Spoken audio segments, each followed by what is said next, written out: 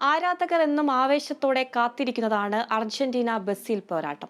ലോകകപ്പിനു ശേഷം ഇരു ടീമുകളും നേർക്കുനേർ ഏറ്റുമുട്ടുന്നതിന് കളം ഒരുങ്ങിക്കഴിഞ്ഞു. ഈ നവംബറിലാണ് കാനറികളും മെസ്സി പടയും തമ്മിലുള്ള പോരാട്ടം.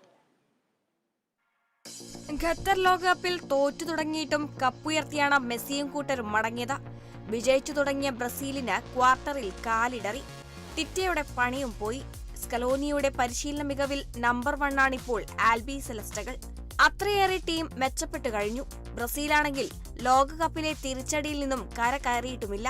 അർജന്റീന ലോകകപ്പിൽ ജേതാക്കളായി മടങ്ങിയപ്പോൾ അത് ഏറെ ദുഃഖത്തിലാക്കിയത് ബ്രസീലിയൻ ജനതയായിരുന്നു. കാൽപന്ത് കളിയുടെ സ്വന്തം നാടിന് ഖത്തർ ലോകകപ്പ് കണ്ണീരോർമ്മയായിരുന്നു. ലോകകപ്പിന് ശേഷം വീണ്ടും ഒരു ബ്രസീൽ അർജന്റീന പോരാട്ടത്തിന് കൂടി വേദിയാകും. USA ലോകകപ്പിൻ ലാറ്റിൻ അമേരിക്കൻ യോഗ്യതാ റൗണ്ടിലാണ് ബദ്ധവൈരികൾ ഏറ്റുമുട്ടുക. ബ്രസീൽ ഇറങ്ങുക ഇടക്കാല പരിശീലകനായ ഫെർണാണ്ടോ ദിനിസിന്റെ നേതൃത്വത്തിലാണ്. നെയ്മറും വിനീഷ്യസും അടങ്ങുന്ന വമ്പൻ താരനിരയ്ക്ക് വിജയം അഭിമാന പ്രശ്നമാണ്.